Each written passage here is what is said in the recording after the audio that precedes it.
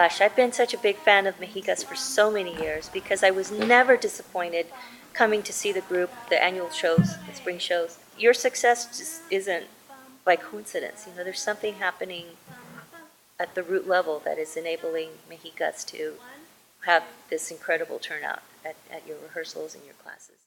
The group was officially founded in, I believe, 1972, and I joined 1974. One of the services that we provide was to go back to our high schools or our local towns and perform in the elementary schools, perform at the high schools, and tell the students, hey, you all should apply to Santa Cruz, and there's a sense of Chicano community. And so by our performances, we would say, no, there's a community, you know, vamos a estar con ustedes, and, you know, be part of the family. And because we would go out and actually teach in Watsonville, second graders, Folklorico classes. Our idea was we want to serve the community. Oh, rallies, my God, when there were like farm workers rallies and, you know, whatever marches were happening on campus, ahí vamos, you know, when we were just everywhere. So the reason why you don't do this here is just very fast. You're going to go.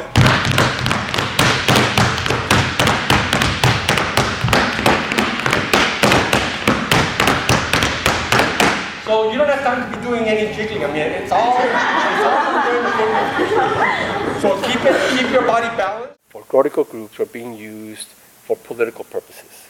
So anytime there was any rally, anything like that, boom, let's bring the Folklorico, you know, and they would perform then the political things. At that time, Vietnam was just wrapping up. The Brown Beret civil rights movement was basically at its peak. The Cesar Chavez movement was put in full bloom, the boycott the grapes, all this kind of stuff.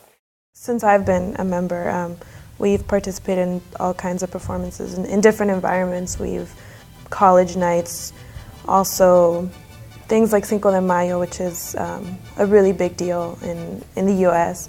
We've also done a lot of performances that span just being a performance. One of the things that I feel that I've had the very great privilege of being able to do is perform at Tracy Prison.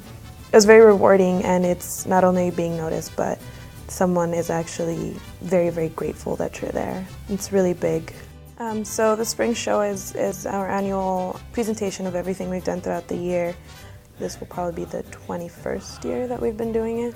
It's always held at main stage at Theater Arts, and it holds about between 200 and 300 people, and Saturday we tend to have a lot more family. That means that you have a lot of families driving up, and often the only time they see us perform. Our instructors, our guest instructors, and our maestros, and we also get alumni. We also invite administration. To my knowledge, I don't believe many of them have ever come out to see the show, which in my opinion is a big mistake. If they got to see what it is that we're working so hard for, they would have a greater appreciation for us and what it is that we do as an organization for this university. The amount that they are charging for the use of the main stage has almost doubled in the case of several of the cultural programs that use the facility. To roll back a little bit, this happened around 2 years ago, which was kind of the beginning of all the budgetary cuts in the state of California, but also nationally. The production supervisor, who has historically worked on these programs, due to the budgetary cuts, he's at 50%. What they said is, what you're paying for with all these extra fees is to make him 100%. There probably would be a reaction by the students not being able to use that facility. This is how they fully celebrate their communities on our campus. And student leaders in Mejicas, in FSA, and ISO have been organizing together. They came up with the name Productions of Color. They've used all kinds of different methodologies, cultural mini-shows, some informative rallies. So we ended up going into the Quarry Plaza and putting productions on with ISO and FSA, and people were able to see us and see what we were doing in our costumes. And then we marched all the way to Kerr. We did a snake march, and we ended up at Kerr, and people shared their personal experiences. People shared that like they never thought that their parents would come and watch this. You know, like this means a lot more.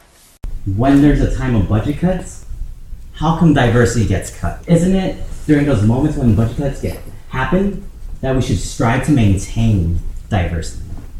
Why can't we like uphold this? Why doesn't the university help create a space for this? Because the way that we view main stage, that was the best venue that we could showcase to this community of what we are about. We are here for higher education, and not just in the classroom, but within the community.